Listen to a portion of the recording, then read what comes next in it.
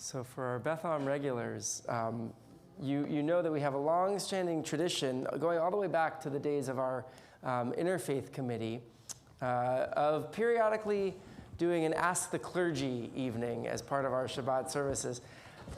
I see people's faces, those who know. I will also just clarify, it is Ask the Clergy, not Stump the Clergy. So this is an important caveat. I don't know. I think they should try. No, I'm kidding.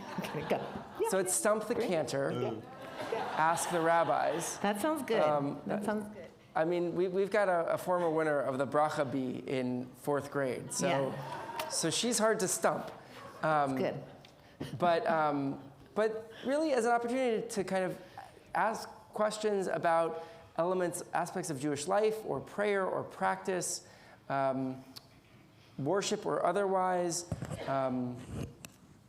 really anything on your mind. I'm trying to think any other caveats. Keep in mind that when it comes to Israel, we're happy to talk about things related to Israel, but keep in mind none of us sit on the War Cabinet either in Israel or in the Defense Department in the United States, so probably can't speak to intricate details of plans, but certainly in terms of the tone of the Jewish community, happy to speak to that as well. So could we have one of our board members come up and maybe take this out into the kahal to get some questions? Amy, maybe Amy can do that.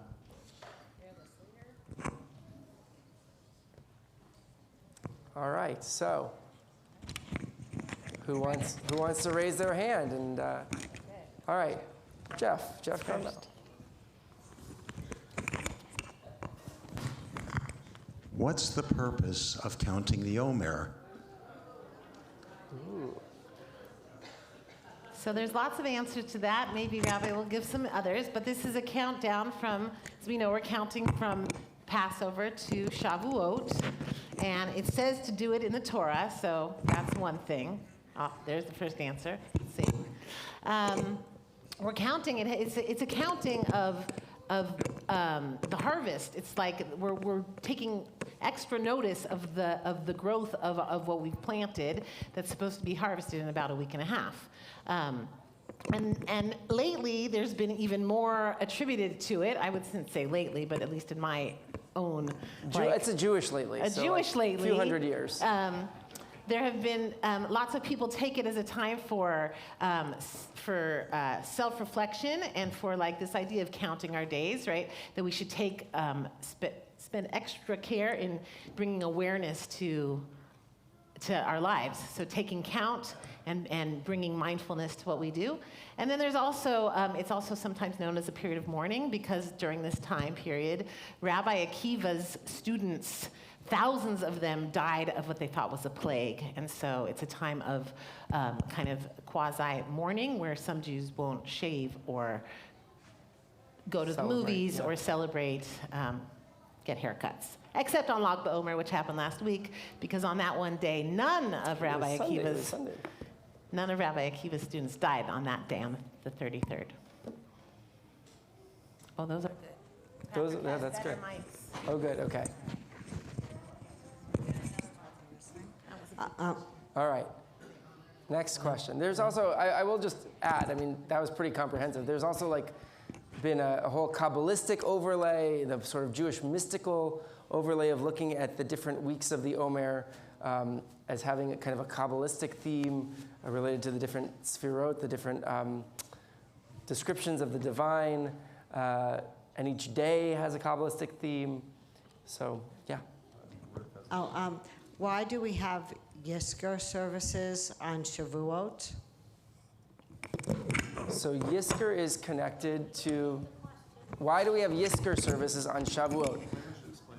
So Yizkor is our service of remembrance that we do. People most commonly people think of Yizkor as connected to Yom Kippur services, and there's a similar service of remembrance that also happens for each of the three pilgrimage festivals. So Passover, Sukkot, and Shavuot are sort of 3 periods, 3 points in the year when we're also called to have a Yizkor service to remember dear ones who have passed away either in the past year or who we're remembering, who we're obligated to mourn for throughout our lives. Great. Why did we get the Torah on a mountain? Ooh. That's a great question. So the question is, why did we get the Torah on the mountain? Why do you think? Yeah. You don't know? There's lots of talk about that. You know, did you hear the story about the mountains arguing with each other? There was this whole story in the Talmud that says that the great mountains of the world gathered together because they heard that Torah. You know this story? They heard. I know it. All right. Why a mountain anyway? All right, so that is even a better question. So that's so interesting. So anyway, the mountains get together, like you have Kilimanjaro and Everest arguing about who's the bigger and the best mountain. And in the end, Sinai gets it, right? Mount Sinai, correct, right? Because it's humble, right? So now your next question is a really smart one. But if it's so good to be humble, why on a mountain at all? Why is it on flat ground? Well, maybe it's not that great to be that humble all the time. And that maybe sometimes, especially if you have a special gift inside, maybe you should let it shine forth. And it would be a shame if you had a special gift and didn't do it because you were trying to be too humble. So there is something in the fact that it was on a mountain because it's the honor of the Torah that was given. Such a smart question. Good question. All right, this is a good group. I love that. I've never thought about that specifically. These Hausner classes are primed with good questions. Okay, Theo. Why did God ask for a sacrifice? So sacrifice is a way of honoring God, right? And so now what we do is we have the idea of prayer as our time to honor God. So sacrifice was bringing your best to God. So this is the way that we honor God, and we do that, or we did that historically, through the acts of the sacrifice. So. All right. I see a hand back there.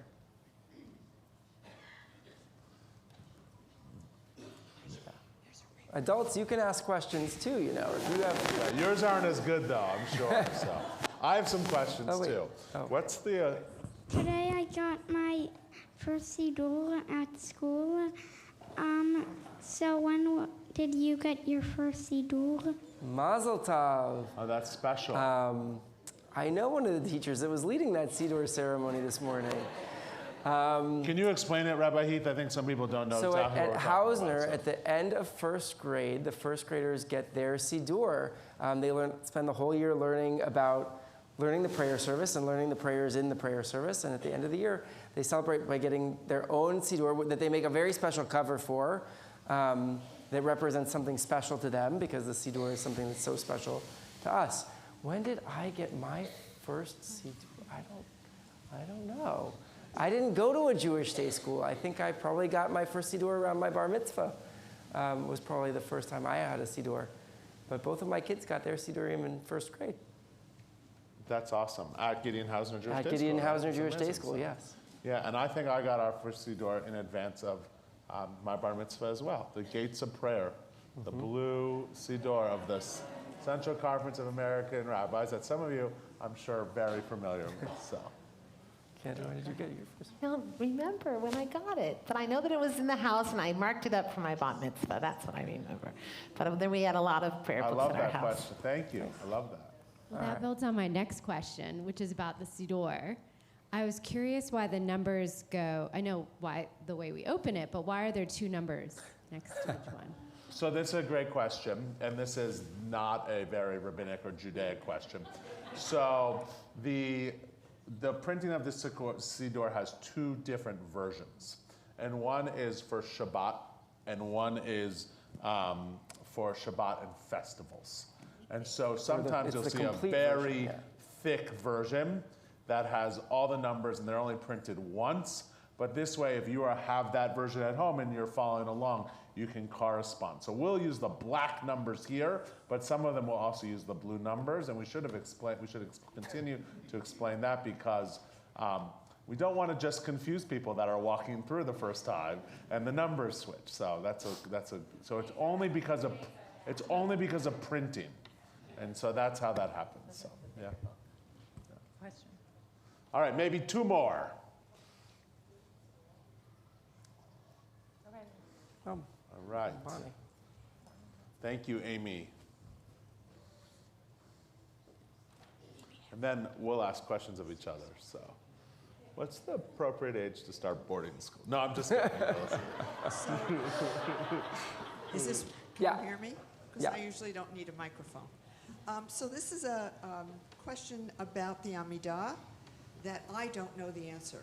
Why in the Reform Siddur does it say Mechaye Hakol, but Hametim is in parentheses, which is what I grew up with. Great. Mechaye Hametim. Can you just give us the page so everybody can see it? Bonnie, what page are you on exactly? I'm on page 50. So if you look at page 50 and you look into Hebrew, if you grew up in a conservative or more traditional community, you would have said the words, and it's, you'll see about 6 lines down, there's, in the second line and then 6 line down, there's a word that's in parentheses. It begins with a mem, and it's also in the transliterated, beginning with the mem, the metim. So if you grew up in a conservative or a Orthodox household, chances are you grew up saying Mechaye Metim. Hands up if that was you. And if you grew up in a classical Reform synagogue, chances are, like Congregation Beth Am or Temple Emmanuel, San Francisco, chances are you said Mechaye Hakol. Raise your hand. So that was actually done during the Cold War to confuse the Soviets. And that's the reason. So, no, that's not true. Sorry. This is a theological thing. So this is a theological reason.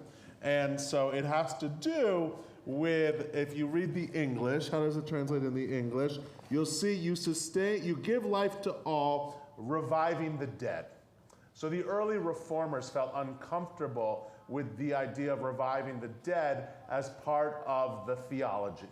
It just wasn't something, and still continues in the Reform movement, I'm not just saying the early reformers, it was not something that was part of the liturgy, because that is not something that the Reform movement traditionally thought of as something that prayer would bring about. So it was changed to giving life to all, and that's the words hakol there. So if you see hakol, that's sort of the more traditional Reform one. And then when this Siddur came back, when they printed this Siddur, probably about 2006 or so, they reinserted this, and they had these major debates about whether they should have hakol or metim within there, and they came with this compromise to include both of them as part of the liturgy within the prayer book. Rabbi Elise Frischman is a rabbi she was a rabbi retired now in New Jersey, was the main author of the prayer book, and she talks a lot about this, about why this change happened. So the parentheses is actually a beautiful compromise. And so we chanted as Hakol here at Beth Am, and in most mainstream Reform synagogues, but if you're in other places, you have Metim, and now you have both opportunities in front of you. So thank you, great question. All right, final question. I'm coming. Or we've exhausted? Oh, no. All right. Uh-oh. Rabbi Nematov. I was right. I just want to point out, I said it's not stump the rabbis. I'm curious, what is your favorite verse in the Bible? Oh, well, that's good. Cantors and mine are from the same psalm at different parts, right? All right, well, yeah. Okay, so you want to do yours first? It comes first. Yeah, my verse is, there's a line in that says, the Evan Masu Habonim. Yeah, I was going to say, Evan Masu Habonim, Haita Berosh Pina, which translates to the stone the builders rejected has become the chief cornerstone. And I love the image of that. And so the idea of the one that was not given a chance, the one that was rejected, the one that was thrown away has become really the anchor. And how do we think about that as a community? And how do we think that? And it's also, when Cantor Jamie sings it, it's really beautiful in Hallel. So if you come on Shavuot Yizkor, that will be one of the parts of the Hallel that we sing. So. Oh, then I'll do mine. So mine comes right after, and it says, Zeh hayom asa Adonai nagila v'nismacha bo, which means this is the day that God has made. We should rejoice and be happy in it. And I think mine changes from day to day. Mine changes all the time. But at the moment, the one that comes to mind is Va'asuli mikdash v'shochanti b'tocham. That in the context of building the tabernacle, God says to Moses and Aaron, Va'asuli mikdash, and you will build for me a tabernacle, a mishkan, and I will dwell among them. And I love, in part, it's a great verse because there's so much debate around the meaning of what does it mean in them. Like there's one tabernacle, so why is it betocham instead of betocho, instead of in it? And so much of the Midrash talks about the idea that that God will dwell among all of the Israelites, and that's certainly something that's been really central to my rabbinate, is this idea that God dwells inside of all of us in a community when we come together. Thanks, everybody. It's great to ask questions. All So right. continue to ask more and more questions. And Jeff, you kicked us off so wonderful with the conversation